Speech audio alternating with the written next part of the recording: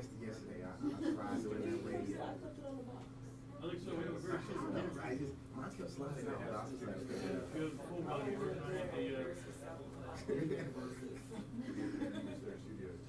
we get recording what?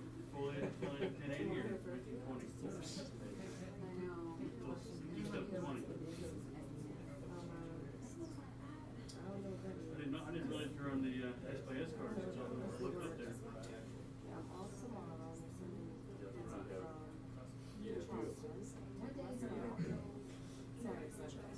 Oh, really?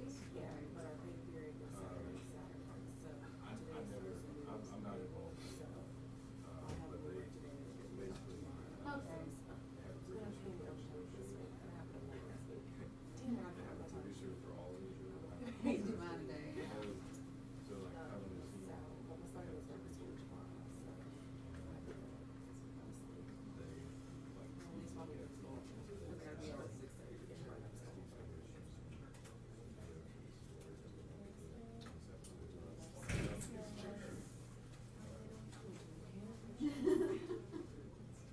I always feel like Casualties. because I mean, like,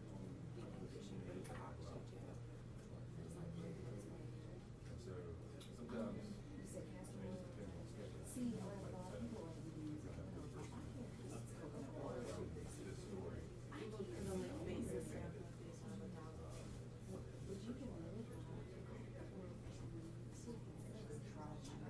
It's like the weirdest thing. Well, I can't use it on my face. there's a person that's assigned to it, so I think there's two people, like, there's a director that, yo, I'm nervous on the text.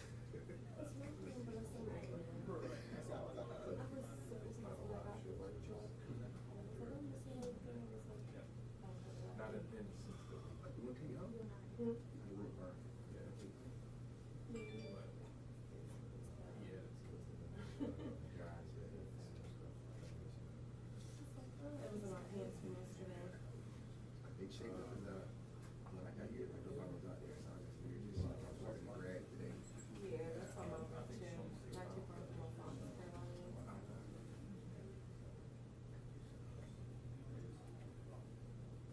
she started, before I did. She's kind of sort of like, stuff, I just switched over, so.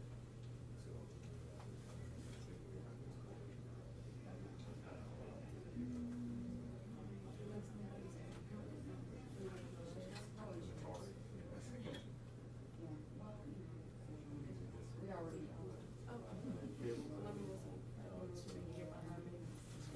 But if this is really got soft, 3 or 4 elements, My police. they call them habits. Some of them. Eventually, when it starts.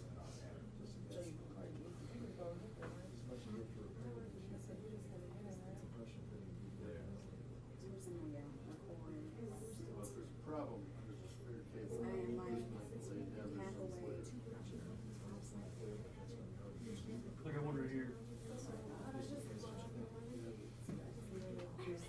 It'll cost you only $80 a foot for the first 15 minutes, man. It's good.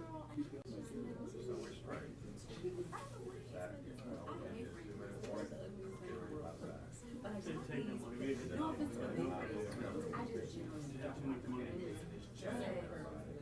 Yeah. Ever since I had these notes, people like, oh my God, what did you do? I was literally on my way to cover a tour show somewhere else. And I was you got like history of So I went to the Payless and like bought these, you know, only one that they had, and everyone's like, oh my God, where'd you get these? Like Payless. And in a verse. He did. I hate it. You got a reputation. I know. Like, you know, you know, I love that. If I remember that, what I just told you. What are they gonna put up? The updates or whatever? That would be accurate. I never liked this stuff. Like, I just never liked stuff.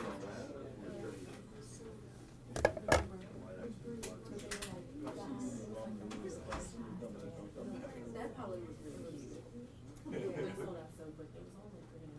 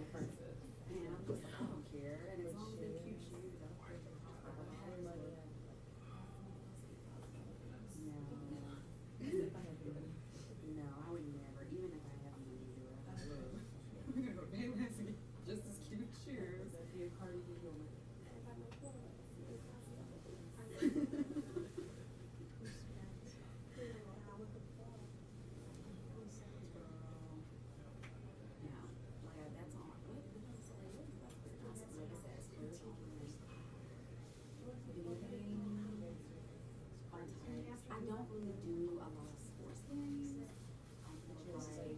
Although I do, oh yeah, but no, I don't do like, of the sports games, I do just soccer and then I do like 2K.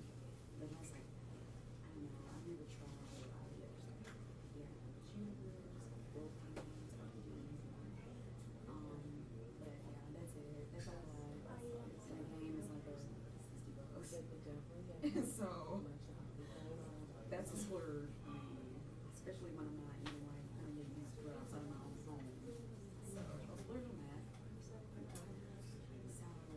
what else? I don't really splurge on my hair, not my choice. Oh, this is time. Hey.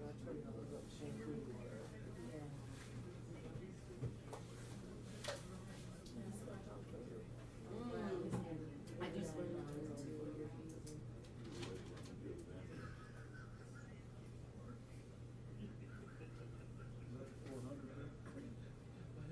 Okay, yeah, I can ask him about that. You're talking about the one in Kershaw County? Okay. Okay. This is a package and then we're changing it. Over for Ken, this is food. Nice job. So, but Lens is who? He's not in the room yet, and we're expecting the governor here shortly. We have Zoom control. I love your Okay, all right. Really? I don't really watch a lot of TV anymore. Certain shows.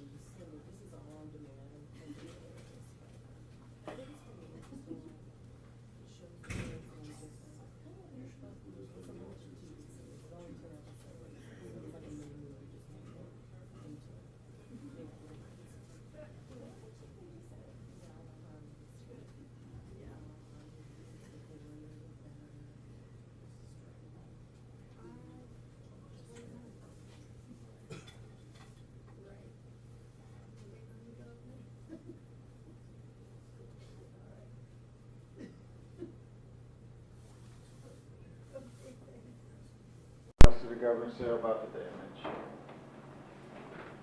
Are they starting with the SOT? Or are they just talking, giving a quick summary, or what?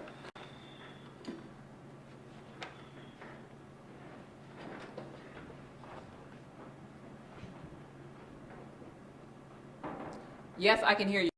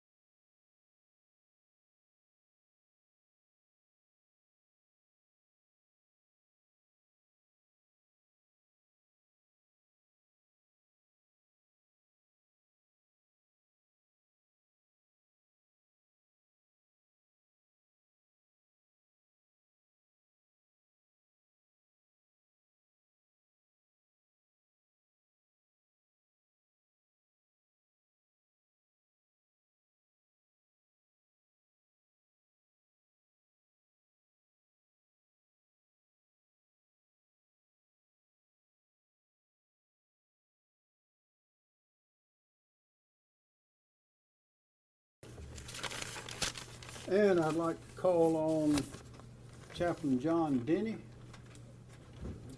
Let me grab it. Padre.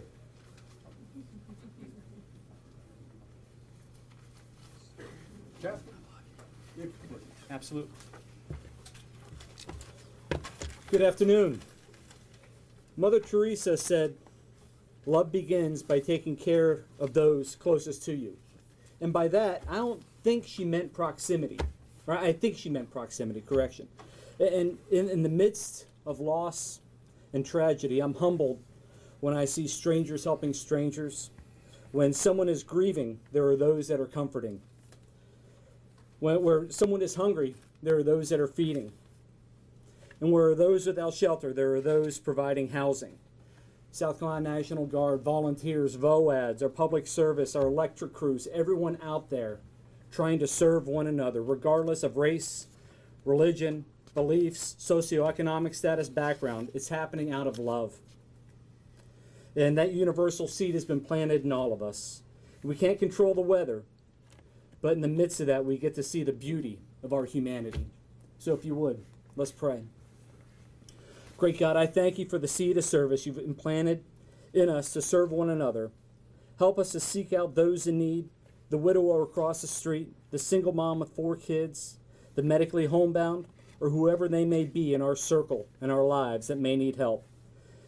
Help us to love, be your hands and feet by using our gifts, our talents, and energy to turn this flood of water into a flood of love so we can see the best of humanity and the best of you. Help us to not grow weary in doing that which is good. I pray all these things in your mighty name, Lord. Amen. Amen. Thank you. John Quirello, National Weather Service. Thank you, Governor. As of the 11 o'clock update, Florence was a tropical depression about 40 miles west of Columbia and was finally picking up speed, moving west-northwest at 10 miles an hour, which is certainly good news. It is expected to accelerate northward across the upstate of South Carolina today and then finally out of the state of South Carolina sometime tonight. There have been many bands of persistent heavy rainfall across northern portions of the state.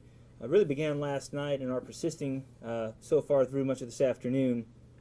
Taking a look at some of the unofficial rainfall reports from across the state, highs we've come across is 16.06 inches in Chesterfield, 15.44 inches in Marion, 14.33 inches in Bennettsville, and 14.06 inches at Gallivant's Ferry. And overall, with Florence, the greatest report we have seen is near Swansboro, North Carolina, where they received over 33 inches of rainfall. Because of these rainfall amounts and the possibility of another 2 to 6 inches occurring across the northern parts of the state, a flash flood watch is in effect for portions of the Grand Strand, PD, Northern Midlands, and upstate. Numerous flash flood warnings are also in effect within the watch area, including a flash flood emergency in Lancaster and Chesterfield counties where life-threatening flash flooding is occurring. These flash flood emergencies also extend up into the Charlotte area. If you are under a flash flood warning, be prepared to take immediate action. Seek higher ground. Do not drive across flooded roadways. Most flash flood fatalities occur by people driving in automobiles, so again, just take extra caution out there, please. There's also an increasing tornado threat across the northeast part of the state where a tornado watch is currently in effect until 5 p.m. this afternoon. Major river flooding is expected along the Waccamaw, Great PD, Little PD, with at least moderate flooding along the Black Creek due to heavy rainfall from North Carolina and other areas in northern South Carolina. And this flooding is expected to go well through the upcoming week. Residents are advised to take preparedness actions now and evacuate or move to higher ground if told to do so by local emergency management. We are continuing to monitor rainfall amounts across the state to assess additional flooding impacts. Thank you, Governor. Thank you, John. First, some sad news. You already know of a confirmed loss is Amber Dawn Lee of Union County. I'm sad and sorry to report there are others that have been confirmed. Mark Carter King and Deborah Collins Ryan lost their lives in a generator-related incident in Horry County yesterday. Michael D. Prince passed away in early hours this morning when he lost control of his car in Georgetown County on a road.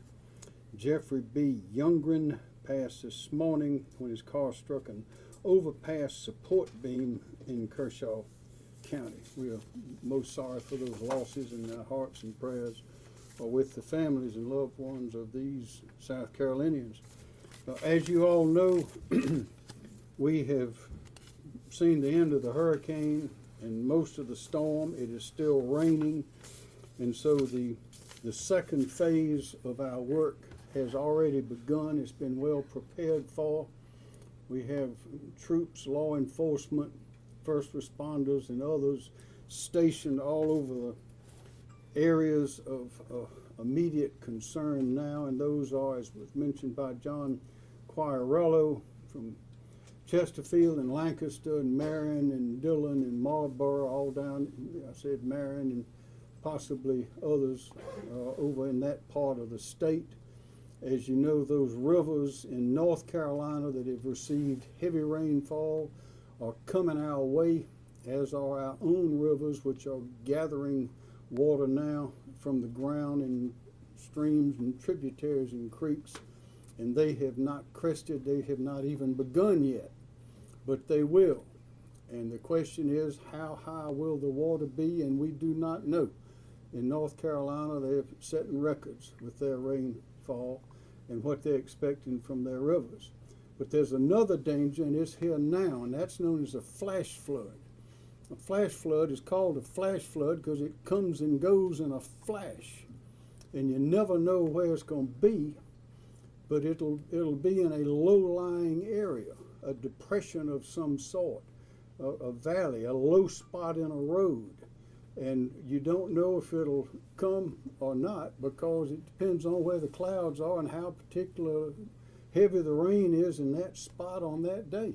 But just a couple of inches of rain can create a flash flood, and that's what we are seeing now in South Carolina in these areas I mentioned. Areas of great rainfall. They're coming and they will go. They might stay a day, the water, it might be longer, depending on how wet the soil is and if there's any more rain. But that's not the big flood. The big flood will come from the rivers.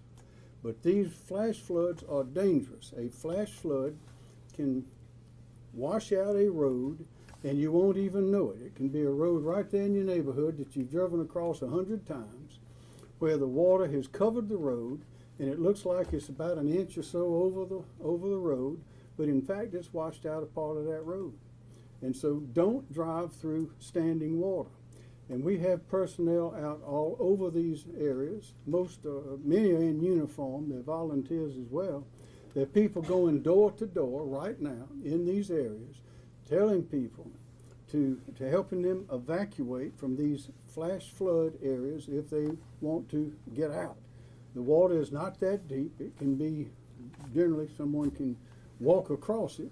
We don't advise people to do that.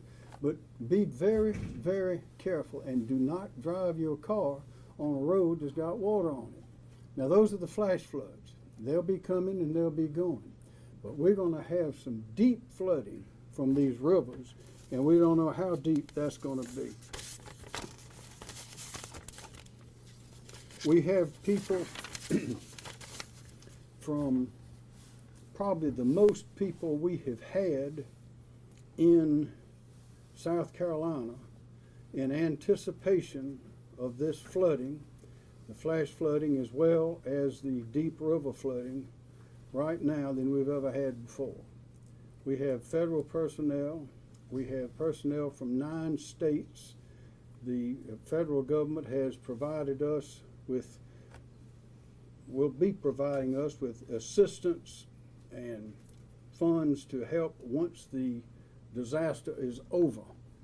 But I want to assure particularly the residents of those counties that are now facing particularly the flash flooding and the deep river flooding that is coming, that your South Carolina team is prepared both at the state level, the federal level, and at the local level, and please heed the warnings that are given to you. We do not want to lose lives to this water. These are avoidable tragedies that we want to avoid, and we have the team ready to help. If you need help, call us. but you must be careful yourself. You must be your own emergency manager, and if you're in a low-lying area, you need to leave and go somewhere else until this is over. With that, we'll start with our team. General McCarty of the South Carolina National Guard. Thank you, Governor. The men and women of the South Carolina National Guard stand prepared to continue to respond to this emergency. We have right now over 3,400 personnel that have been deployed. Most of those right now are deployed in the affected area. We have been pre-positioning equipment that's specially capable of working in these areas, what we commonly call high water vehicles that can be used for evacuation. We have staged aircraft that are capable of conducting search and rescue and aerial extraction. In support of this also, U.S. NORTHCOM, the commander there, Lieutenant General Jeff Buchanan, was here today. We have been working with our active duty counterparts to pre-position equipment that may be used in South Carolina if the conditions require. That would be assets that would be above and beyond what the state of South Carolina and the Guard has, or that we may utilize from other states.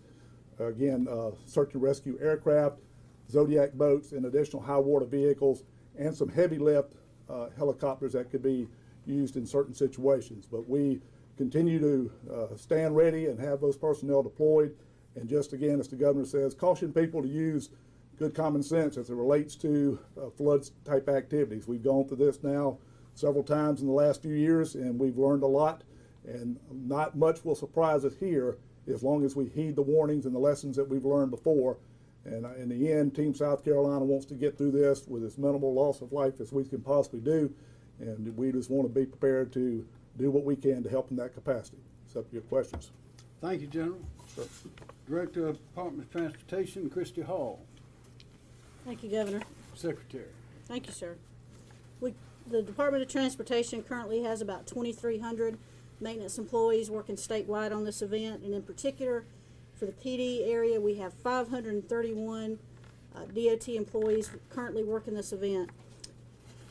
As you, I'm sure, are aware that we had several road closures that have happened this morning, early this morning, due to flash flooding. I-95 in the state at mile marker 181 to 190 is currently closed. That's in the Dillon area. US 501 just north of Gallivant's Ferry is currently closed, and we're detouring that to SC 41 and down to US 378 to get access in. There's several other roads in the Dillon and Marion County area that are also closed due to flash flood events.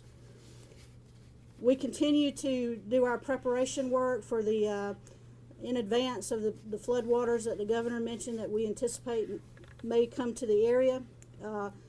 And we're doing our prep work on US 378 and US 501 bypass in the Conway area, again, trying to ensure that we've got a route protected that can provide access into Horry County after the floodwaters arrive to the state. And we're doing this based on our modeling that we've prepared for the flood and kind of a worst case scenario, looking at it to see which areas of the roadway and roadway network would be vulnerable, and trying to determine which areas we needed to protect.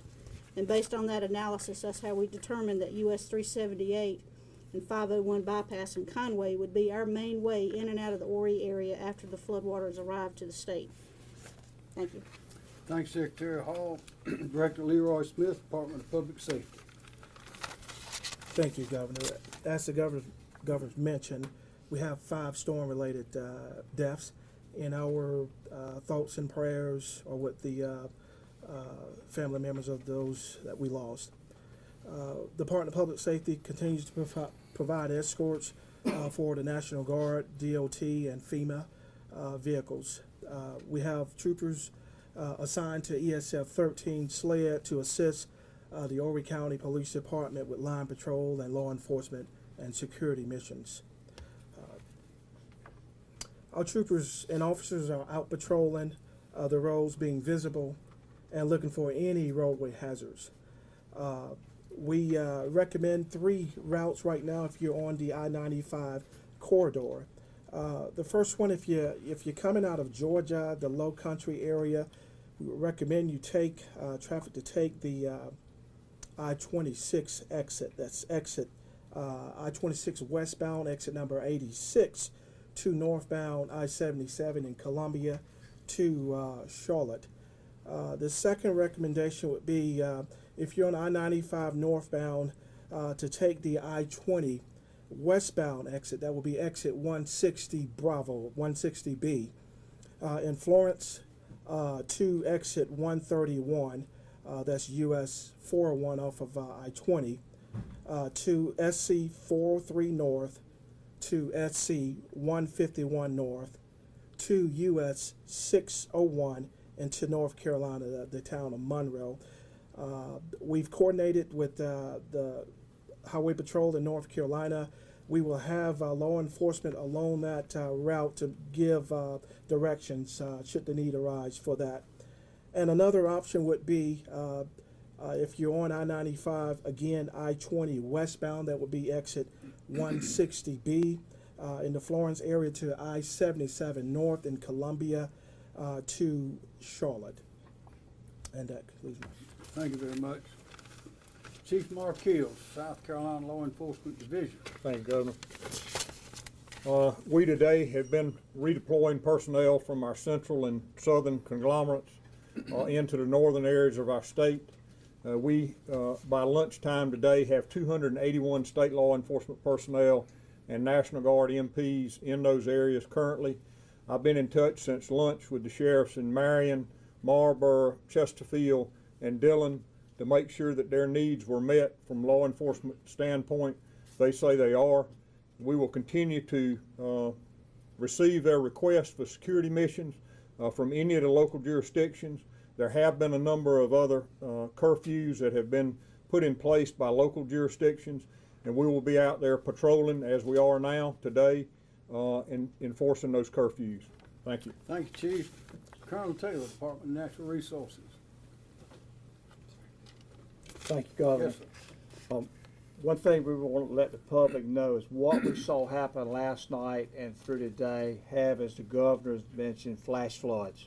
These flash floods are very hard to predict, and the Weather Service has put out warnings and watches for flash floods, and our residents need to obey those. So a flash flood, as the Governor said, is a flood that happens in a flash. And so this rainfall is very unpredictable. You can't model it. You can't determine where it's going to be. So we would ask everyone to stay tuned, watch your Weather Service reports to ensure that if you have a flash flood warning or watch in your area, just be aware so that you can take the appropriate action. If you have a flash flood and the water starts to rise, don't get in your vehicle and try to drive out, because as we've said every time, driving in flooded areas can be very hazardous. And many of the accidents we've seen already, as Director Smith and the Governor have mentioned, could have been avoided if you had not been driving in roads that were covered with water. So one thing to make clear, the flash floods are not river flooding. The river flooding is still to come.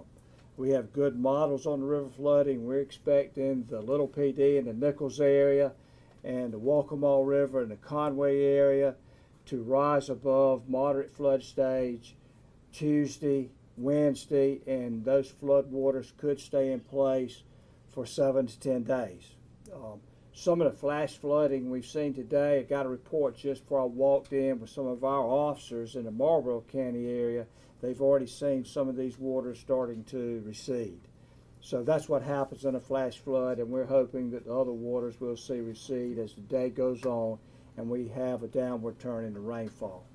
So the message will be flash floods, not river flooding.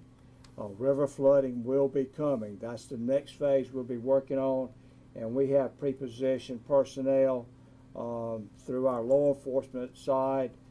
They're already. We've had officers today going through Socastee and Horry County, going door to door, talking to folks that are there, that are still there. They have not evacuated, getting information from them, contact information, and giving them information on the upcoming flood.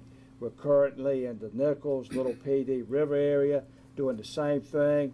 I'm happy to report that most in Nichols have gone. They've evacuated. but we're still going through those areas in our river communities, down the Little PD River, talking to people that are still there, getting information from them to let them know that they may be in danger, and today is the day, or tomorrow is the day at the end that they need to really consider leaving. So what we've seen today has been flash floods, very unpredictable, can't model them, but we do know that we have high water coming from the rainfall that's falling. Thank you. Thank you. Thank you. Joan Meacham, Director, Department of Social Services. Thank you, Governor. Thank you, ma'am. At 2 p.m., we are down to 1,183 people in our shelters. We only have 41 shelters open at this time. 30 are general population shelters, and 11 are special medical needs shelters. That is, we are filled at a 5% capacity. That's down from 80 shelters open yesterday and a 14% capacity. Of the 30 general population shelters, there is one that is currently full. That remains DuBose Middle School in Dorchester. Of the special medical needs shelter, there are 11 open, and 5 of those, are full. This number is constantly changing, as we've seen throughout the day. Closings are ongoing as we speak. The way the shelter openings occur is that we have a hurricane plan, and once the hurricane plan is transitioned into a flood plan, different shelters may be open or the same shelters may be open. So we don't know that the shelter locations that are open now will remain the ones that are open. Check SEMD.org for the live, and also check with your shelter personnel that are locally on site. We have DSS workers, our value partner American Red Cross in the shelters. They will have a standby shelter for you to go to if you go home and find that your house is unsafe or no power and you need a standby shelter. They will direct you to that location. We're trying to get people out of the shelters as it is safe for them to go home, so we can return the buildings back over to the schools for them to open. Of the 30 general population shelters, 27 of those are in schools. Thank you, sir. Thank you very much. Director Kim Stinson, Emergency Management Division Director. Here, sir. Thank you, sir. Well, Our priorities here at the State Emergency Response Team are flood operations to include supporting local evacuations and sheltering. Right now, we've got 29 emergency operations centers that are open, and that's down from 33 from yesterday. Their primary focus is sheltering, and the initial response focused on flood operations. And some of the county impacts that they've had to this point is there's road closures and power outages primarily in the PD region. Right now there's only reporting limited residential and business damage. Some evacuations that have occurred due to the localized flash flooding include Marion. Approximately 150 people have been evacuated to shelters. In Dillon, approximately 20 people. In Darlington, approximately 10 people. And then in Marlboro, approximately 200 people. So that's about 400 people right now that have been evacuated to shelters from, again, localized flash flooding. We've had over 800 requests from the local authorities that we're acting on. Over 700 are complete or in progress. The governor already mentioned that we've still got personnel from 9 states that are helping us. There's approximately 400 people on the ground there. We'll be setting up a staging area in Florence to push logistics through to the PD area. And we're coordinating to maximize the use of private sector resources to make sure that the Walmarts and all those places are fully stocked as we start this process. We have available to assist the local authorities in terms of evacuation. We have our Code Red system, which is a reverse 911 that allows us to identify selected people in a selected area and let them know that they need to evacuate, and we'll work that with the local authorities. And we also have the wireless emergency alert system, which allows text messages, and then we also have access to the emergency alert system, which most of you are familiar with over TV and radio. Remind everybody that SCEMD.org is a good place to go for information as this process unfolds. Also available on our South Carolina Emergency Manager app. And right now you can actually, if you have any damage, you get any damage, you can report that through that application. And all you got to go is to go to the tools section of the main menu, and then it'll allow you to do that. And just what the governor said, be your own emergency manager, have a plan, and be ready to react when the time comes. Thank you, sir. Thank you. Are there any questions for anyone? Yes, ma'am. On behalf of my colleagues at WETW, the City of Conway filed an injunction in regard to these temporary dams and the possibility of flooding 1,000 homes by building this. Has any research been done for those? You are referring to the sandbags that the Department of Transportation is putting along the edge of Highway 501 in Conway to keep the water off the road. To keep that we must keep that road open. That has been the plan from the very beginning, because there are only two good roads that go in there, and that's one of them. And if it's overtopped, we may lose that road. Ms. Hall? Thank you, Governor.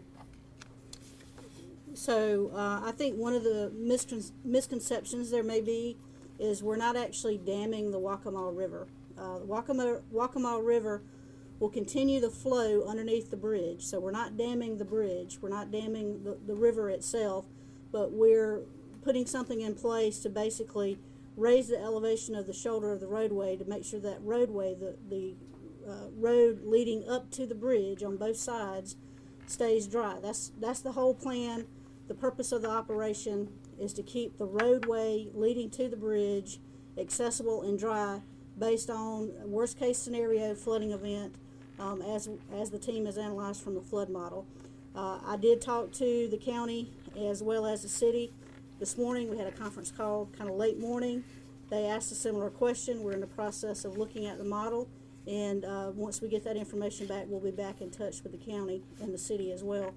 But clearly our main focus is to ensure that we absolutely have at least one highway that will carry us east to west into Horry County across those watersheds that we have predicted based on actual rainfall data and flooding that's occurring in North Carolina. As that comes south, as we've seen with Matthew in previous years, we've got to get ready in advance of that coming to the state. And so that's what we're doing.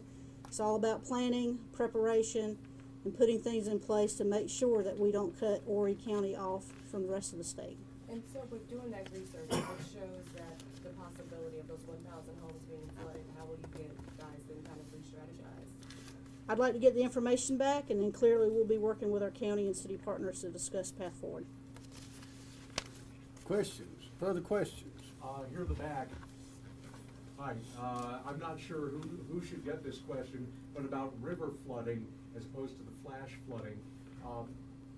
What does your past experience tell you about how quickly the rivers will start overflowing, especially with what's coming down from North Carolina, added on to what's falling? Thank you. Colonel Alvin Taylor, Department of Natural Resources. Yes, Colonel? sir. We have a good model on the real-time rainfall out of North Carolina, and we would expect those rivers to rise in the PD River Basin, which is still our priority river basin. We do know that some of this water that fell last night will flow into the PD Basin as well. But we feel like with our current models that we're still on the same time frame of those rivers starting to rise sometime Tuesday into Tuesday night, Wednesday. The Waccamaw River Basin may actually be delayed into Wednesday or possibly Thursday morning, but we're continuing to model those river basins every day.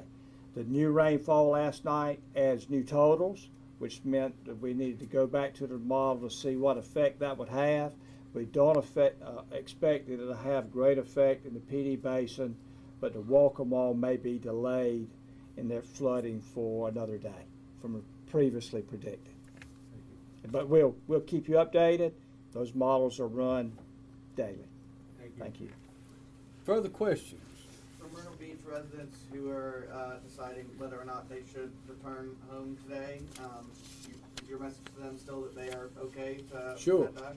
Well, that's why we listed the evacuation order. I noticed it yesterday and it came up today. Wanted to go on and get back, because if that highway gets flooded, which is what Ms. Hall is talking about, and that road is cut off, then they won't be able to get back, perhaps. We've got two roads going in, 378 and 501. Those are the big ones. We want to keep at least one of those flowing, and that's why we want to keep the water from going over the top of 378, because it may wash out that road. But they need to go on and get back, because they might not be able to get back later. Was that part of the reason why you lifted the evacuation order when you did, to give people an opportunity to get back before? We lifted the evacuation order because we determined we didn't need the evacuation order anymore, based on the facts and based on where the hurricane and where the storm was. But people need to get back, because now the second phase of this event is upon us, and that's the flooding. It's coming from a different direction, but it's just as dangerous, perhaps even more dangerous in terms of its destructive force. And we do not know how high those rivers are going to be. We don't know how much water is in. We want to keep at least one main road open to the Horry County and surrounding areas for medical personnel, for supplies, for emergencies, for fire truck, for anything that we may need. We must have one open. So that's the other question is, you evacuated these folks due to concerns about the hurricane. Is there any risk or any possibility or concern about them going back into harm's way of potential flooding that we may be seeing over the next few days? Well, the flooding that will take place will likely not be in Myrtle Beach. It'll be before you get to Myrtle Beach. But there may be flooding overtopping Highway 378 right there in Conway, because the Walkamaw River goes right by there. So the rivers are going to be flooding. So we want to be sure that we want to be sure that people understand you don't drive or walk around in a flash flood waters. You certainly don't drive or walk around when you have river flooding, and they need to be very careful and to be their own emergency managers. These floods, water is dangerous. It's dangerous. They must be very careful. Do you have any idea of the total number of roads closed at this point? No, sir. I would call on Secretary Hall. We keep up-to-date information on our webpage, and so it's changing as we have these flash flood events. As of this morning, we had about 3 dozen, but that number's it grows and changes, just like the governor and Director Taylor mentioned. We get these flash flood events, we get water on the road, we close the road, and then the rainwater subsides and the flood subsides, and we're able to reopen. As I mentioned earlier, we have well over 500 DOT employees working this particular region actively right now, and so they're out patrolling, looking for areas, doing prep work, all hands on deck, whatever's needed to make sure that we're quickly reacting to whatever's happened, and also finishing our preparation activities for the flood that's coming. And actually, while you're up there, some of these roads, take us 501, are built over kind of marshy, swampy ground. With all this water damage and with all these cars going over it, is there concern about, lasting damage to the road at this point? Well, they're designed to take some water, obviously, but of course, a road that's flooded for an extended period of time, just like we saw with Matthew when we had roads submerged for weeks on end. That's part of our process. Is once the flood water subsides, we will send our engineering experts out, and they will take a look at the road, and if we need to make repairs, we will make immediate repairs and get the roads reopened. We clearly understand what our mission is, and that's to provide mobility and access to our citizens and our businesses in the state. And our team will do whatever it takes to make that happen. Further questions? Well, y'all, thank you very much. We're happy to have you here. We'll keep you informed. I also want to say thank you to all the volunteers out there that are doing so much work. Thank you for the great cooperation and communication among all the agencies, state, federal, local, the cities, the counties, the legislators and private citizens who've called in, and thank you for President Trump for his great assistance in this. And we will, we've weathered the hurricane, and now we must weather the floods, and Team South Carolina is up to the task. Thank you very much.